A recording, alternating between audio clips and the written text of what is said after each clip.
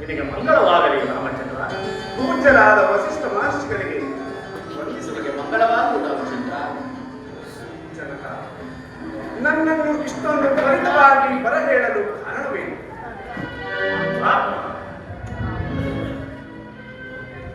ಜರಾವಸ್ಥೆಯಲ್ಲಿರುವ ನಿನಗೆ ಈ ಕೋಸಲ ಸಾಮ್ರಾಜ್ಯದ ಪಟ್ಟಾಭಿಷೇಕವನ್ನು ಮಾಡಿ ನೋಡಿ ಆನಂದಿಸಬೇಕೆಂದಿದ್ದೆ. ಅದಕ್ಕಾಗಿ ಗುರುಗಳು ಚೈತ್ರ ಶುದ್ಧ ಪಂಚಮಿ ಗುರುವಾರ ಅಭಿಜಿನ್ ಲಗ್ನವನ್ನು ನಿಶ್ಚಯಿಸಿದ್ದಾರೆ. ಇದನ್ನು ತಿಳಿಸುವುದಕ್ಕಾಗಿಯೇ ಕುಮಾರ ನಿನ್ನನ್ನು ಬರಹೇಳಿದರು. ಜನಕ, ರಾಮಚಂದ್ರ, ಭರತ ಶತ್ರುಘ್ನರು ನಗರದಲ್ಲಿ ಇಲ್ಲದಿರುವಾಗ ಈ ಸಂಭ್ರಮ ಮಹೋತ್ಸವವನ್ನು ಏರ್ಪಡಿಸಲು ಇಷ್ಟೊಂದು ಅವಸರ ಹೇಗೆ ಜನಕ?